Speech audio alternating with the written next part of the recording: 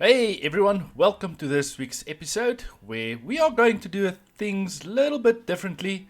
I'm going to show you how we're going to build this really cool epoxy table in first person camera view. It's something different, something we've never done before, something I've never seen before on YouTube. So hopefully you're going to be entertained in this week's episode, and you guys do want to stick until the end of this video because we got a really cool announcement we want to share with you.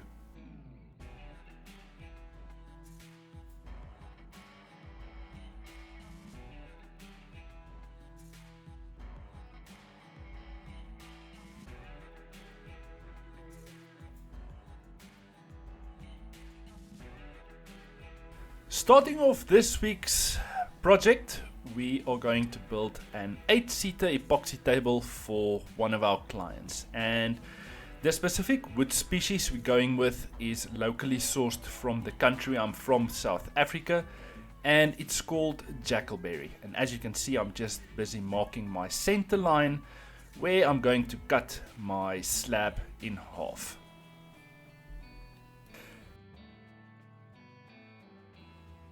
Getting my Festool track saw, this machine is an absolute beast when it comes to cutting thick slabs in half. Just to give you a good idea, the total thickness for this slab was 80 millimeter in total, and I cut this slab in half with one go. This is an absolute beast of a machine.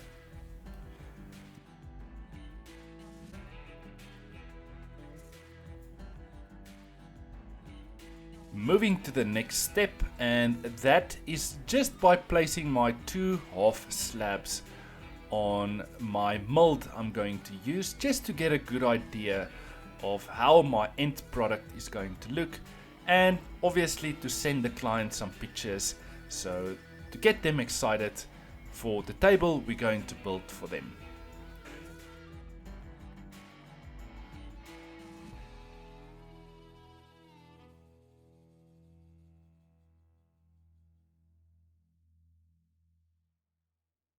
Now, obviously, when you're going to pour your epoxy, you want to make sure to remove all the bark and softwood from your table.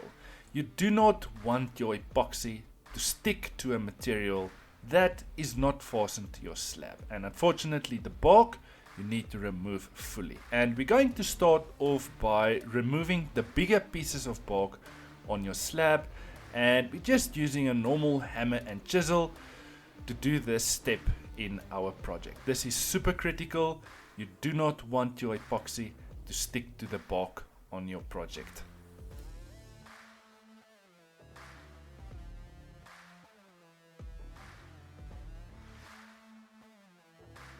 Moving to the chainsaw with my steel wire brush. This is to remove all the dirt and to make sure you got nice deep grooves on the live edge on your slab. That's just to make sure that your epoxy has got a better bond to your wooden slab. Moving to the smaller steel wire brushes, this is just to make sure that you get into all the small little spaces the bigger grinder with the bigger brush do not get in. So this is just to make sure you get all the small little parts, to make sure you get all the dirt and bark out of all the small little grooves and pockets on your wooden slab.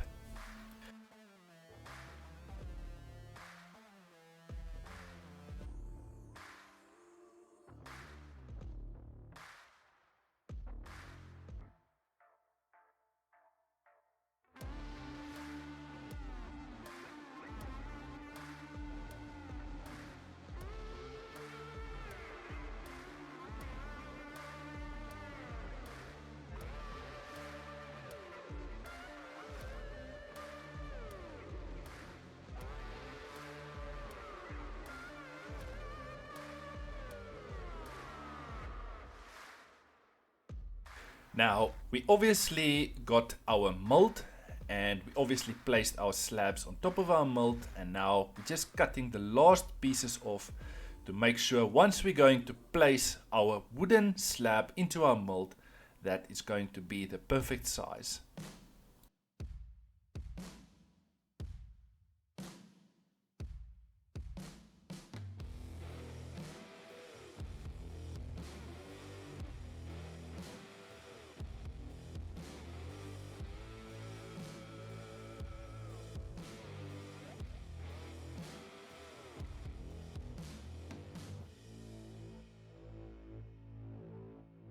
Now just building a mold for our epoxy pour, and we're going to use a normal white melamine sheet.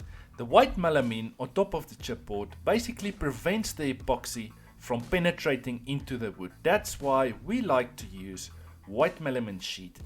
And once we are done putting our side panels up, we're going to add silicone on the inside of our mold to make sure the epoxy is not going to leak out once we're going to start the pouring process.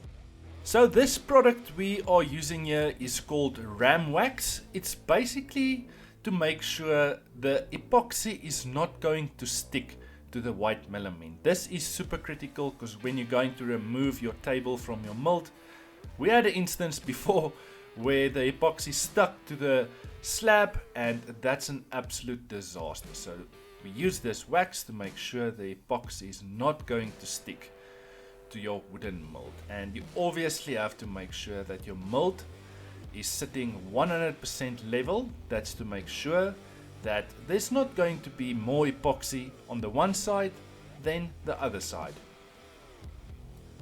And now just placing our wooden slab into our mold, and as you can see, it's going to sit like a glove. It's going to sit perfect. And another tip I want to give you is when you're building a table, always to make sure to build your tables slightly bigger lengthwise and widthwise. This is just going to help you to prevent, if you're going to make any mistakes, that you have room for error.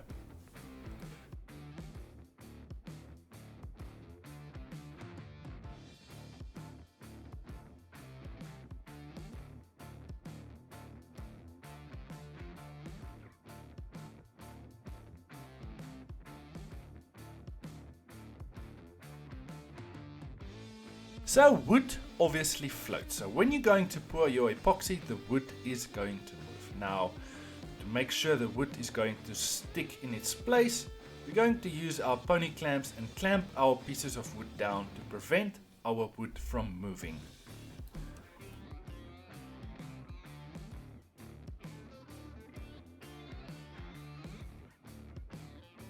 So we obviously calculated the amount of epoxy we're going to use for this project, and we're going to do a total of 3 pours on our table. This is the first pour we're going to do, and just adding some black pigment to our mix and using a stir mix thing on a super low setting to make sure we have as less as possible bubbles, and just mixing at a very slow speed.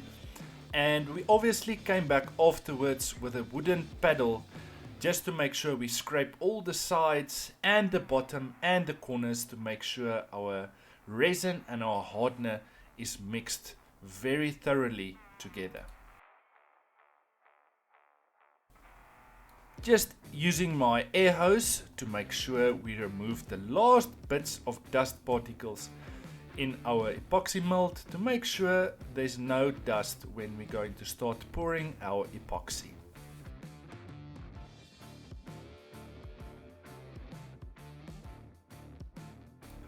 Another tip I want to give you is something we've noticed over the period of building tables. We started using a small little ridge on each table, as you can see here, to pour on the ridge of the side of your table. That's going to prevent more bubbles of coming out. So another thing I want to share with you is to pour as slowly as possible.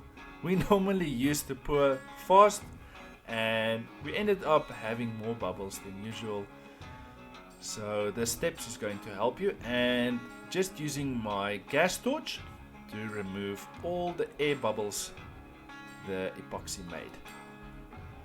Another tip I want to share with you is when you're going to pour your epoxy. Like I mentioned before, for this table we are going to do a total of 3 pours, meaning that when we're going to pour the first layer of 20 millimeters thick, we will do that in 2 sections. So we will pour 10 mil at a time. We will come with our gas torch, we will torch all the bubbles, and then we will come with our next 10 millimeters of epoxy pouring. This is going to help you to reduce bubbles as much as possible. And the next tip I want to share with you is when you're going to pour your second layer, we normally come back 24 hours later, and we make sure that our second layer is basically tacky. It's not fully set and hard, it's tacky, to make sure that your second layer is going to bond better to your first layer. And then this step we will obviously repeat to the third layer of our epoxy casting.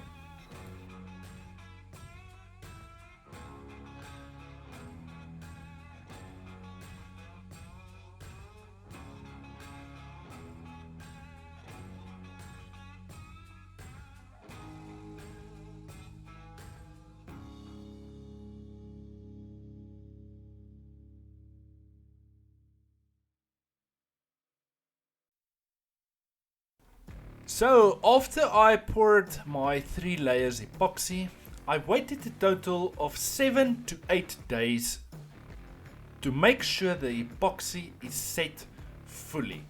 And now I'm just removing my table from my mold and just using a normal hammer to remove the table from my mold. And as you can see, this is the reason we like using nails when we build our mold, is the mold removes quickly when you're going to remove your slab from your white melamine mold.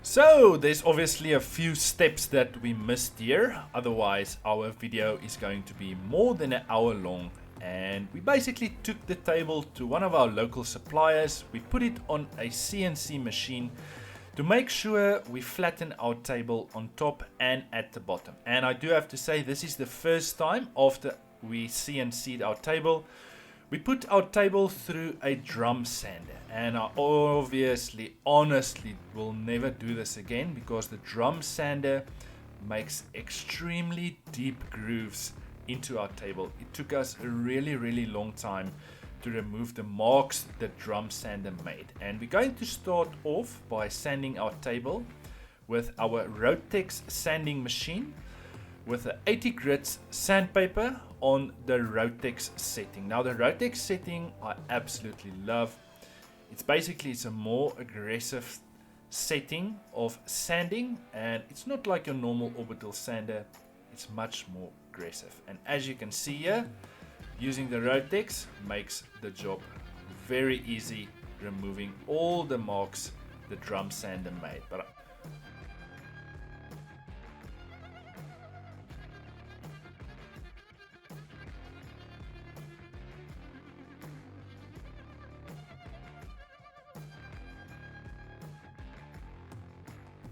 So this specific client we are building this table for requested that they want a glass top on top of the epoxy table.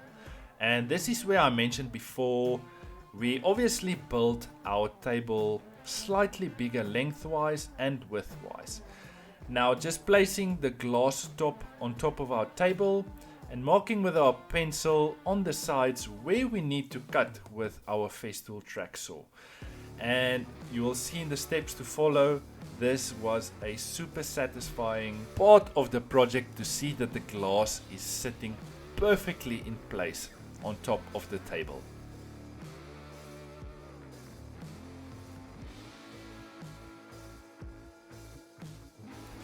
Just putting our track in place to make sure we cut exactly on the line. And another thing I want to show you quickly is how quick it is to change the blades on your Festool track. So as you can see, we're basically using a new blade on each table we build for our clients. That's to make sure we have a clean cut every single time.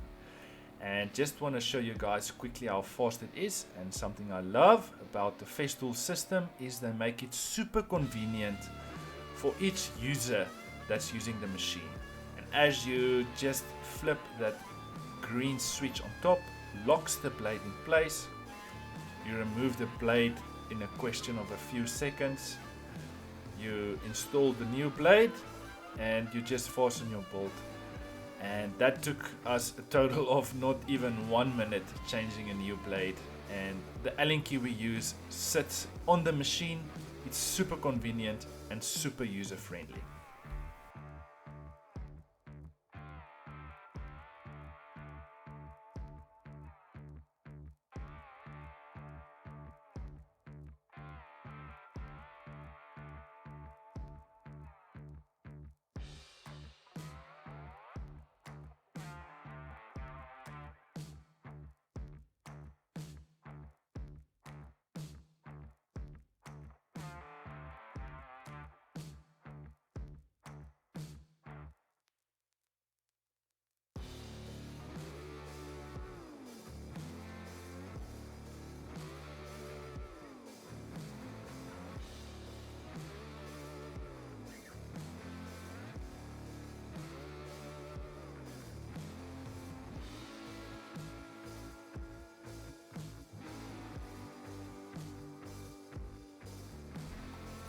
Now just making sure the glass is sitting in place, and I do have to apologize. This was the part the camera died, but I can promise you the glass did sit perfectly on top of our table. Now I do want to apologize also in advance that the following video footage has been shot in our new shop, and I'm not sure what happened, but the flickering of the lights is most probably my camera, or it's the lights that's installed. But sorry for that if this part of the video is going to give you a headache. There's absolutely nothing I can do about that. Anyway, moving to the next part is continue sanding the top side of our table with an 80 grit and 120 grit with our Rotex, and then we're going to move to our Festool ETS5 finishing sander. This is super critical if you want a smooth, perfect finish on your tables. The finishing sander is designed for finishing. Now we're going to sand our table down all the way to 400 grit sandpaper, because the oil we're going to use is called Odis oil, and Odis oil allow you to sand to higher grits, which I absolutely love. This is a new product that's called Crystal UV. It's from South Africa. I'm not sure if you get it in your country, but anyway, it needs sunlight or UV light to dry. And just to give you a good idea, once we add this epoxy inside all our small little cracks and holes, we apply our UV light, and it takes the epoxy about 30 seconds to set, which I absolutely love. This saves us almost like 2 or 3 days on each project. Now moving to our newest tool in our shop, it's the Festool Palm Router. We previously used the Festool OF 1400 router, which was a little bit heavy for doing the edging on our tables. And I honestly do have to say, this has become one of my favorite tools in my shop.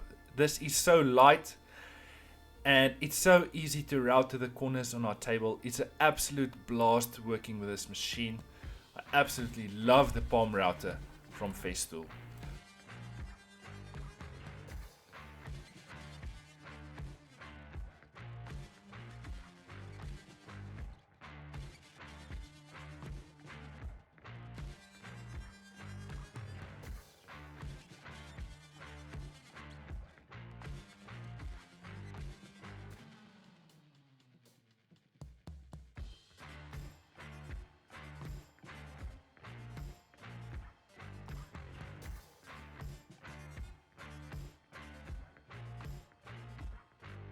So once we got to 180 grit, we routed our table and then we continued sanding to make sure that we remove all the marks the palm router made. And moving to the last step in our project, and we're going to use Odis oil, dark oil, and that's just to give it a slight dark sheen on our table, which I absolutely love, and the project came out beautifully. Just using a very old orbital sander on the lowest setting possible. And what I love about this step is the vibration of the machine basically massages the oil into the wood, and this is an absolute must if you're going to apply any oil to your table. And before I'm going to show you the final product, I do want to share with you, at the end of this video is a very important announcement we want to share with you. We've got an online epoxy masterclass, which you're obviously going to see at the end of this video, where we're going into detail and show you all our methods and techniques if you want to start to learn how to build epoxy tables. You do want to go and check that out. And while you are here, if it's your first time or if you watch our videos for a while now, if you want to support the channel and if you want to support me, please like this video, subscribe to our channel, and I will see you next week with another super cool video. Before you go, let me know, what do you guys think of this first person videos? Do you want to see more of this, or is it crap? Thank you guys. See you next week. Love you. Cheers.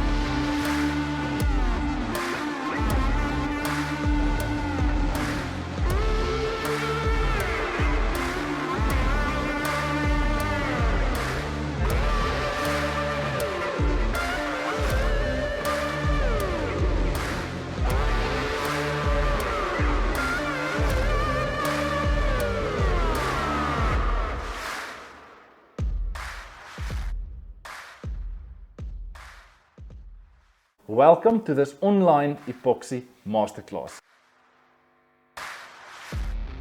Moisture content. You hit right into the core wood species to remove the bark with an aggressive steel wire brush. Table design, slab preparation, building process, epoxy mold. Release agent wax, calculate epoxy. 7, 8, so we got 16 points. Mixing epoxy, color consistency, whether to seal your live edges or not. Pouring epoxy, sanding between layers, sanding grooves inside your epoxy, dealing with bubbles, maximum depth, curing time, removing the table from your mold, a local CNC supplier. Start sanding, cutting your table to size and edges, filling the cracks and holes, smoky finish, high gloss see-through finish, wood surface finishing, tabletop supports. To drill into our wooden section, our online epoxy masterclass is finally here.